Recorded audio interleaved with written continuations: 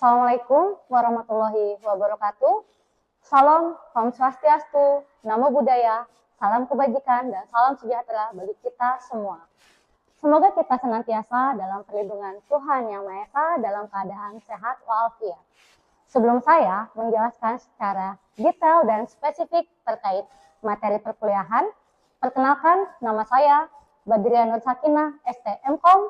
Saya merupakan salah satu dosen tetap pada program studi Teknik Informatika Fakultas Ilmu Komputer di Universitas Pamulang, Kota Tangerang Selatan.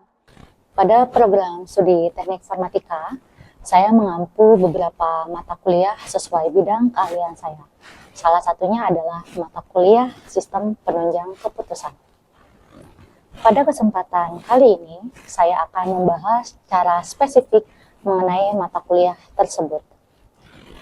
Sistem penunjang keputusan salah satu mata kuliah wajib yang harus ditempuh oleh mahasiswa pada semester 7 dengan bobot 3 SKS. Mata kuliah ini dilaksanakan sebanyak 18 pertemuan selama 1 semester. Adapun materi yang dibahas dalam mata kuliah Sistem Penunjang Keputusan meliputi 1. Manajemen Support System pada pertemuan 1 dan 2. Kemudian pengenalan Artificial Intelligence pada pertemuan 3. Kemudian Artificial Intelligence pada pertemuan 4. Kemudian Export System pada pertemuan 5. Akuisisi dan validasi knowledge pada pertemuan 6. Kemudian metode akuisisi knowledge pada pertemuan 7. Dukungan knowledge engineer pada pertemuan 8. Knowledge Based Export System pada pertemuan 9, lalu materi logika Fuzzy pada pertemuan 10, Fuzzy Multiple Attribute Decision Making atau FMA-DM pada pertemuan 11, studi kasus Simple Additive Weighting pada pertemuan 12 dan 13, metode Weighting Product atau WP pada pertemuan 14, studi kasus Weight Product pada pertemuan 15, teknik for order preference by similarity to ideal solution atau TOPSIS pada pertemuan 16, metode analytical hierarchy process AP pada pertemuan 17, dan di pertemuan 18 membahas terkait contoh source code FMA-DM. Capaian pembelajaran pada mata kuliah ini sesuai rencana pembelajaran semester atau RPS, yaitu mahasiswa dapat memahami tentang sistem penunjang keputusan dan fase dalam pengambilan keputusan. Selanjutnya, saya akan menjelaskan metode proses pembelajaran yang digunakan selama 1 semester pada mata kuliah ini. Metode yang digunakan adalah blended learning, yaitu kombinasi pembelajaran tatap muka atau luring, dan pembelajaran daring atau online melalui Learning Management System atau LMS dan e-learning. Baik luring maupun daring mengikuti kalender akademi yang telah ditetapkan, sehingga seluruh proses pembelajaran berjalan sesuai jadwal selama 1 semester. Metode daring menggunakan LMS Mentari Unpam, di mana pada LMS ini terdapat pemberian materi dengan mengerjakan post-test, pre-test, serta forum diskusi. Kemudian untuk pembelajaran dengan metode luring atau tatap muka di kelas terdapat 3 teknik utama, yaitu teknik delivery, merupakan salah satu teknik proses penyampaian materi agar mudah dipahami oleh mahasiswa. Teknik yang kedua adalah interaction. Teknik ini merupakan sesi interaksi antara dosen dengan mahasiswa maupun antara mahasiswa melalui sesi diskusi. Kemudian yang ketiga adalah teknik assessment. Teknik assessment merupakan pemberian tugas serta evaluasi untuk mengukur pemahaman mahasiswa baik melalui studi kasus maupun penerapan materi atau metode yang telah dijelaskan. Adapun sistem penilaian selama 1 semester pada mata kuliah Sistem Penunjang Keputusan terdiri dari kehadiran, dengan bobot 10%, tugas mandiri dan keaktifan selama pembelajaran dengan bobot 20%, UTS dengan bobot 30%, dan UAS dengan bobot 40%. Pada sesi berikutnya, saya akan menampilkan video proses mengajar untuk mata kuliah Sistem Penunjang Keputusan pertemuan ke-17 dengan materi Metode Analytical Hierarchy Process atau AHP. Selamat menyaksikan. Assalamualaikum warahmatullahi wabarakatuh. Waalaikumsalam warahmatullahi wabarakatuh. Apa kabar semua? Baik. Semangat? Semangat ya, oke. Selamat pagi menjelang siang.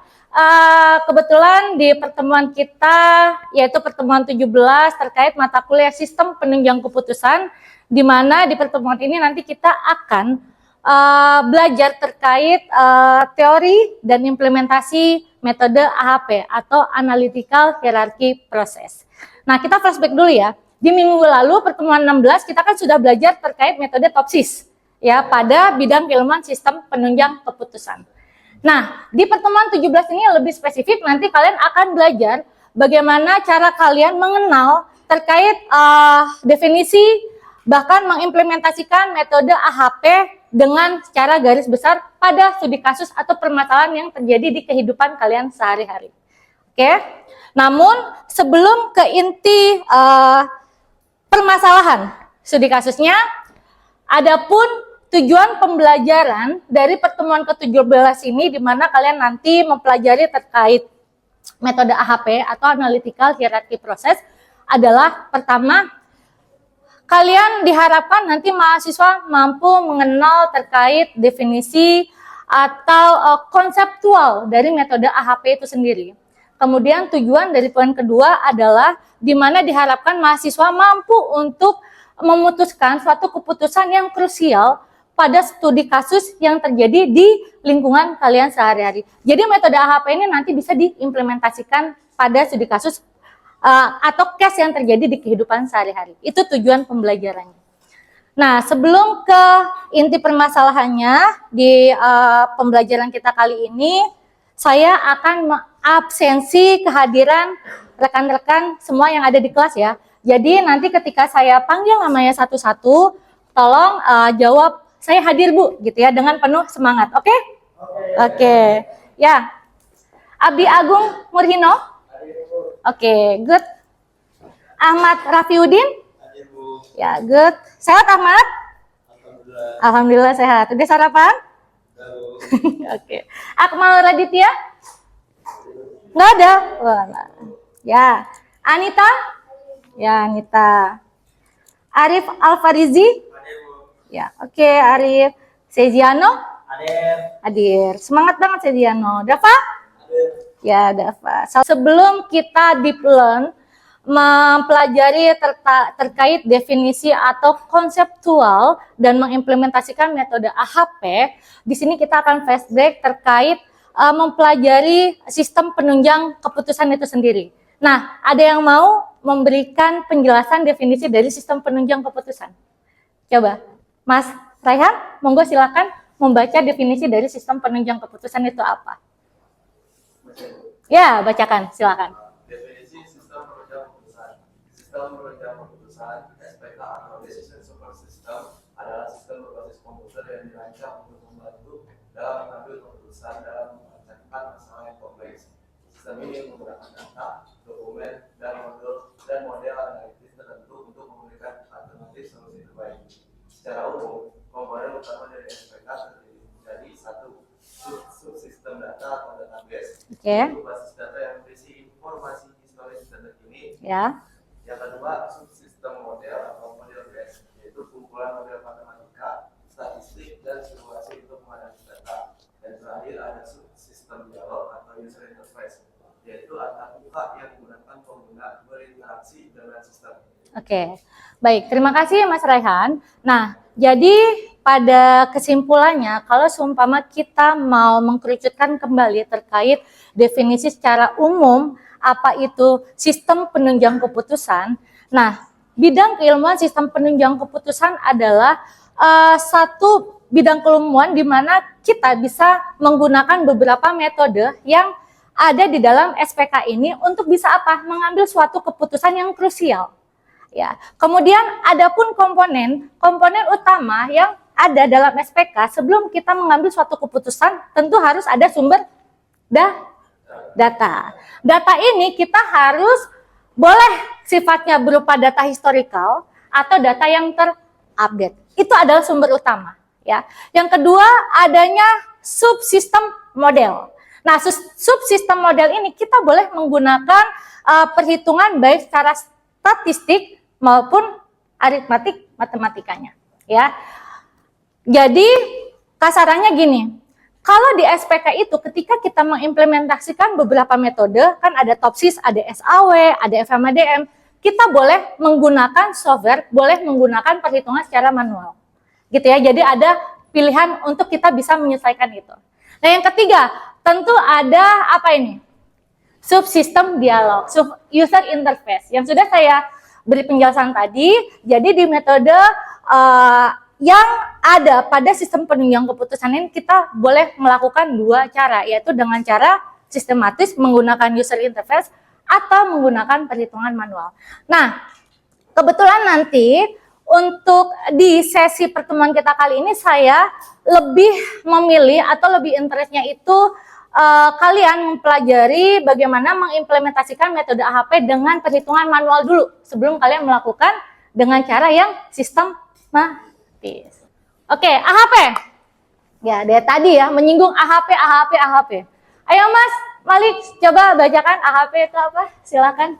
Kalau prinsip HP adalah metode pengambilan keputusan yang digunakan untuk menentukan prioritas dalam situasi yang kompleks. Metode ini melibatkan pemecahan masalah menjadi hierarki yang lebih kecil, di mana setiap elemen dievaluasi dengan membandingkan secara berpasangan. Oke. Hasil dari HP adalah bobot dari setiap alternatif berdasarkan kriteria yang ditentukan. Adapun prinsip dasar HP yang pertama itu ada dekomposisi atau decomposition. Oke. Nah, ini setelah masalah definisikan masalah tersebut kemudian perlu dipecahkan, yaitu dibagi menjadi komponen-komponennya. Ya. Unsur penyusun elemennya untuk mendapatkan hasil akurat. Ya. Kedua itu ada penilaian komparasi atau komparatif judgment. Ya. Prinsip ini menghasilkan penilaian tentang kepentingan relatif dua elemen pada tingkat tertentu yang terkait dengan tingkat di atasnya. Ya. Yang ketiga itu ada penentuan prioritas. Penentuan prioritas itu seperti mulai di investor untuk mendapatkan prioritas daerah atau prioritas lokal dapat dihitung dari setiap matris perbandingan pasangan yang ada pada setiap tingkatan. Oke, ini adalah garis besar metode AHP. Jadi kalau umpama kita mau mengkerucutkan kembali, AHP merupakan suatu tool atau metode yang bisa kita implementasikan untuk mengambil keputusan dengan apa? Fokusnya mencari nilai kriteria. Jadi kita cari nih matrisnya dari nilai kriteria yang sudah kita tentukan. Kemudian setelah itu kita baru cari hasil result dari kriteria rasionya. Ingat ketentuan dari kriteria rasio ketika kalian menggunakan metode AHP itu tidak boleh lebih dari 10% atau tidak boleh lebih dari 0,1. Di sini adalah kan namanya AHP adalah analytical hierarchy process ya. Berarti kan dia bentuknya seperti pohon hierarki ya. Coba lihat di situ ya. Kalau berdasarkan dari siapa ini? Dikembangkan oleh Thomas L. Sati ya. Kalau kita melihat meninjau definisi dari peneliti terdahulu oleh Thomas L. Sati, dia mendefinisikan bahwa AHP itu adalah sebuah masalah pengambilan keputusan yang kompleks ya, kompleks yang dipecah menjadi beberapa tingkat atau level. Nah, tingkatannya ada apa aja nih ya? Ada bagian apa itu? Tingkatan 1, goal ya. Goal itu untuk apa? Sasarannya untuk apa? Sasarannya mencapai pengambilan keputusan atau tujuan akhir. Kemudian di bawahnya ada apa? Aspek. Nah, aspek ini merupakan pengumpulan faktor-faktor dimensi yang mempengaruhi dari tujuan. Gitu ya. Yang ketiga ada apa? Kriteria. Ya, sebelum kalian melakukan pembobotan, kalian tentukan dulu nih kriterianya. Ya, di mana kriteria ini nanti menjabarkan indikator yang lebih spesifik. Gitu. Oke, yang keempat baru ada alternatif. Ya, setelah kriteria kalian lakukan, terus kemudian kalian membuat pembobotan pada kriteria, baru nanti ya akan ketemu si alternatifnya. Ini garis besarnya saja. Ya, baru garis besar ya. Tapi kalian udah pusing, jangan pusing Mas. Ya. Tenang aja, AHP itu menggemaskan kok. Enak kalau umpama kita mencoba mengimplementasikan AHP pada sebuah studi kasus. Nah, mengidentifikasi kriteria AHP. Kalau tadi yang dijabarkan oleh Mas Malik itu adalah secara garis besar. Tapi untuk realnya ketika kalian mengimplementasikan AHP, terutama dalam proses penyelesaian perhitungan secara manual, parameternya ini. Keempat konsep ini. Ya, end-to-end prosesnya itu sudah menjadi aturan baku, kaidah. Kalau di perusahaan adalah SOP-nya, standar operasional yang nggak bisa diganggu-gugat. Paham nggak? Kalau tadi nilai aturan mainnya, kalau AHP itu tidak boleh dari lebih 10%, tapi untuk bisa menentukan nilai kriteria rasio ini, ya ada step by stepnya. Yang pertama adalah apa? Metrik perbandingan berpasangan untuk setiap kriteria. Di sini, sebelum kalian melakukan perhitungan metrik, itu kalian menentukan kriterianya dulu. 1, 2, 3, 4. Umpama melihat dari sisi harga, jauh, kualitas barang, apalagi review pelanggan, seumpama. Kita buat kriterianya, baru kita lakukan pembobotan dengan perhitungan metrik. Perhitungan metrik bisa perhitungan dengan ordo 4x4 atau ordo 3x3. Gitu ya. Kemudian konsep yang kedua adalah menghitung matriks kriteria atau normalisasi. Ya, kita normalisasikan. Setelah kita menentukan kriteria, kita lakukan proses normalisasi. Kemudian yang ketiga, menghitung metrik penyumblahan di setiap baris. Nah, ini adalah proses yang krusial sebenarnya, yang menentukan nanti nilai si CR-nya, kriteria rasio. Yang keempat, menghitung rasio konsistensi, di mana ketentuan nilai rasio itu tidak boleh lebih dari 0,1. Ya. Nah, main goal-nya dari menggunakan metode AHP yang diimplementasikan pada sebuah studi kasus yang terjadi, harapannya apa?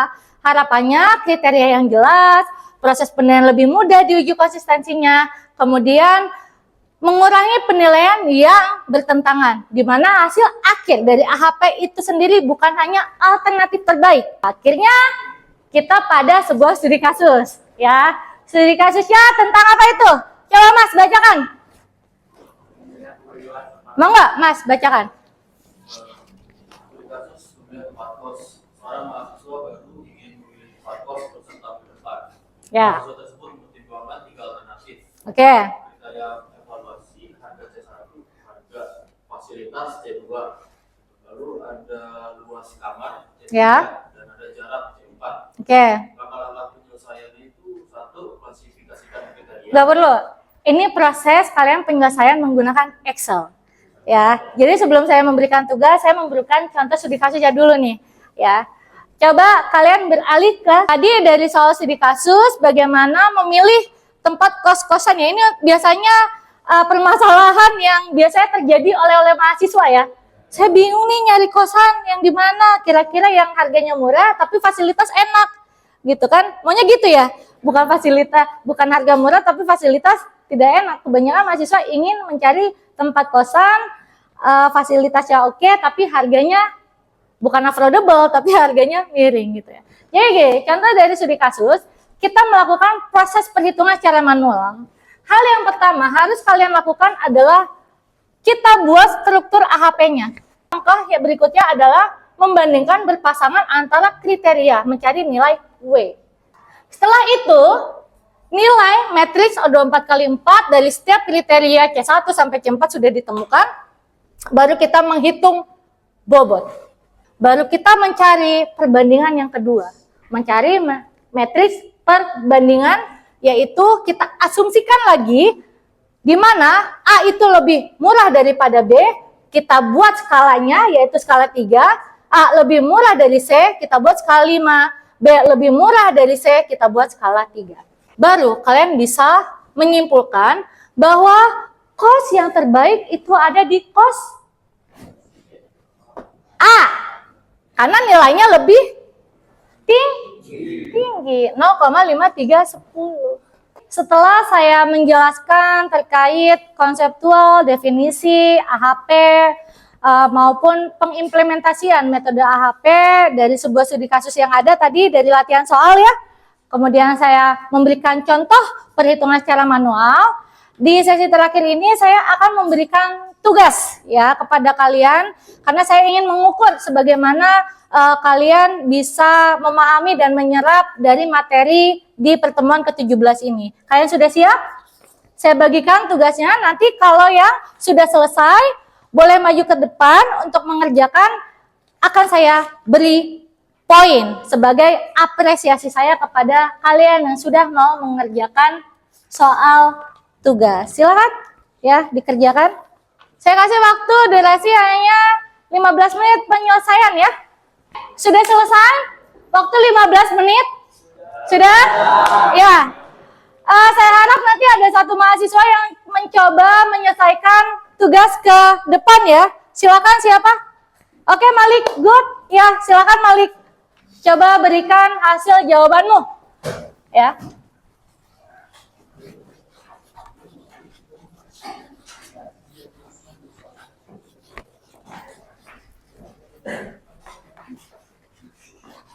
Penyelesaian yang berbeda dari hasil pengerjaan kalian bisa ini ya, tanyakan nanti di sesi akhir, oke?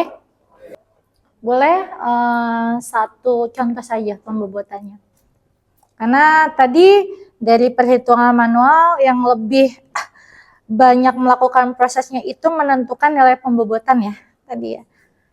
Dari kesimpulan yang saya kerjakan ini adalah berdasarkan perhitungan manual metode AHP, lokasi A mendapatkan skor tertinggi sebesar 0,332. Oke. 322. Oleh karena itu, perusahaan XYZ disarankan memilih lokasi A sebagai tempat membuka cabang baru karena memiliki kombinasi nilai terbaik. Oke. Pertama, didukung oleh keunggulan pada kriteria potensi pasar X3 yang Ya. memiliki bobot terpenting 0,633. Ya. Oke. Sudah? Oke, good. Atas nama Mas Malik ya. Oke, saya beri poin ya. Sana plus dong buat Mas Malik, sudah berani. Oke, good Malik. Ya. Oke, Malik, saya kasih poin. Nah, untuk mengakhiri perjumpaan kita, ada sesi diskusi. Jadi, saya memberikan kesempatan untuk ketiga mahasiswa untuk menanyakan dari materi yang sudah saya sampaikan. Untuk pertanyaan pertama, siapa atas nama? Sebutkan nama, ucapkan salam, kemudian sampaikan pertanyaannya. Assalamualaikum warahmatullahi wabarakatuh. Waalaikumsalam warahmatullahi wabarakatuh. Perkenalkan, nama saya Muhammad Farhan. Ya. Saya izin bertanya, Bu. Oke. Sebenarnya metode AHP itu dapat diimplementasikan untuk studi kasus apa saja? Oke, good. Atas nama? Muhammad Farhan. Oke, Muhammad Farhan. Ya. Pertanyaannya cukup bagus, Muhammad Farhan. Jadi saya izin menjawab. Tadi Muhammad Farhan bertanya idealnya metode AHP itu baiknya diimplementasikan pada studi kasus apa. Di awal materi sudah saya jelaskan ya. Ada sektor perbankan, kemudian ada sektor pendidikan, ada sektor apa lagi? Logistik dan HR. Namun, kalau seumpama kamu mau mengimplementasikan metode AHP di sektor pendidikan, itu kamu bisa memilih dan memutuskan mahasiswa penerima beasiswa. Itu kalau umpama kamu mau mengimplementasikan metode AHP di sektor pendidikan. Atau di seleksi rekrutmen, yang tadi sudah saya jelaskan ya, mencari kandidat yang berkompeten di bidangnya. Kemudian di bagian manajemen perencanaan, ya itu cocok untuk memilih lokasi proyek terbaik. Atau ketika kalian mau mengimplementasikan pada sektor IT, ya teknologi IT itu dapat diimplementasikan untuk memilih perangkat lunak atau memilih vendor terbaik. Gitu ya Mas Farhan? Sudah jelas? Oke, good. Oke, pertanyaan kedua oleh siapa? Silakan. Ya, silakan Mas. Sebutkan nama dan ucapkan salam. Monggo, silakan. Waalaikumsalam warahmatullahi wabarakatuh. saya yang bertanya Ibu. Oke, ya silakan. Ditinjau dari konsep dan prinsip AHP, biasanya kan metode ini dipakai saat kita harus memilih atau menentukan prioritas dari beberapa alternatif. Oke, ya. Dari banyaknya kriteria tersebut, Ya. kira-kira kekurangan dari metode AHP itu apa Ibu? Oke, good Dios. Ya, terima kasih untuk pertanyaannya. Bagus sekali pertanyaannya. Tentu ya, pada suatu metode yang kita gunakan itu pasti ada kelebihan dan kekurangan. Kita juga harus menganalisa ideal nggak sih metode ini untuk kita implementasikan pada sebuah studi kasus. Contoh, yang kamu tanyakan kekurangan dari AHP ya. Weakness-nya apa? Weakness dari AHP atau kekurangan dari AHP itu terlalu subjektif dalam penilaian. Karena kita harus mencari nilai kriteria terlebih dahulu, betul? Dan harus menentukan kriteria rasio itu tidak boleh lebih dari 10%. Nah, itu subjektif penilaian. Kemudian, kelemahan kedua dari metode AHP itu jumlah perbandingannya itu meningkat cepat. Ya, yang ketiga, kurang efisien. Ya, karena kalian harus mencari nilai kriteria bobot terlalu panjang, ya, kurang efisien. Dan hasilnya sangat sensitif terhadap perubahan input. Gitu ya, Mas ya? Oke, Dias, good. Silakan untuk pertanyaan yang terakhir, Mas Malik lagi. Oke, good. Mas Malik memboyong poin-poin dari saya. Silakan, Malik. Assalamualaikum warahmatullahi wabarakatuh. Waalaikumsalam warahmatullahi wabarakatuh. Nama saya Malik Al-Farel. Oke. Saya bertanya kepada Ibu bagian. Ya. Dari beberapa metode yang ada sistem penunjang keputusan yang telah kami pelajari. Apakah ada salah satu metode yang dapat dikombinasikan dengan metode AHP? Oke, good Malik pertanyaannya. Ya. Jadi gini, metode itu tidak monoton, kita bisa menggunakan satu metode saja. Kita boleh mengkombinasi, tapi kita lihat dulu kombinasinya itu nilainya ada nilai korelasinya atau enggak, gitu ya. Contoh gini, kalau umpama kita mau mengkombinasi AHP dengan TOPSIS. AHP itu kan kita gunakan untuk menentukan bobot kriteria. Ya, nah di TOPSIS kita bisa gunakan, kita kombinasikan untuk mencari apa? Nilai peringkat alternatif. Jadi boleh kalian menggunakan dua metode AHP dan TOPSIS. Di AHP kalian menentukan nilai bobot kriteria, di TOPSIS ya kalian menentukan nilai peringkat alternatif. Kemudian yang kedua, kalian boleh mengkombinasi metode AHP dengan SAW atau Simple Additive Weighting. Ya, di mana AHP itu tetap kita mencari nilai kriteria. Nah, SAW-nya itu menghitung skor akhir alternatif dengan penjumlahan berbobot. Nah, yang ketiga, boleh lagi kalian mengkombinasi metode AHP dengan WP atau Weight Product. Sama, di AHP dulu, kita lihat dulu nilai kriterianya, kita cari nilai rasio kriterianya. Ya, kemudian di WP-nya kita lihat skor alternatif dihitung dengan perkalian berbobot. Ya, jadi boleh kita kombinasikan. Kita implementasikan dua metode dalam menyelesaikan suatu studi kasus. Gitu ya, Mas Malik. Meninjau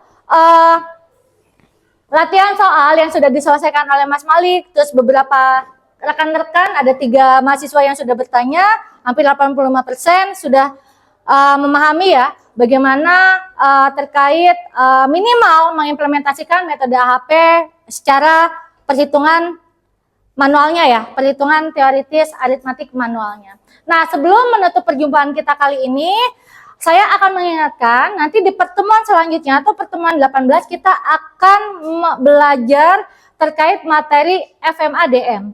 Lebih tepatnya kita mengimplementasikan source code. Jadi harapannya di minggu depan kalian membawa laptop masing-masing, nanti kita akan praktek bagaimana cara kalian mengimplementasikan source code dengan menggunakan metode FMADM. Oke, itu saja yang bisa saya sampaikan. Billahi taufiq wal hidayah. Wassalamualaikum warahmatullahi wabarakatuh. Sampai jumpa minggu depan. Jaga kesehatan kalian.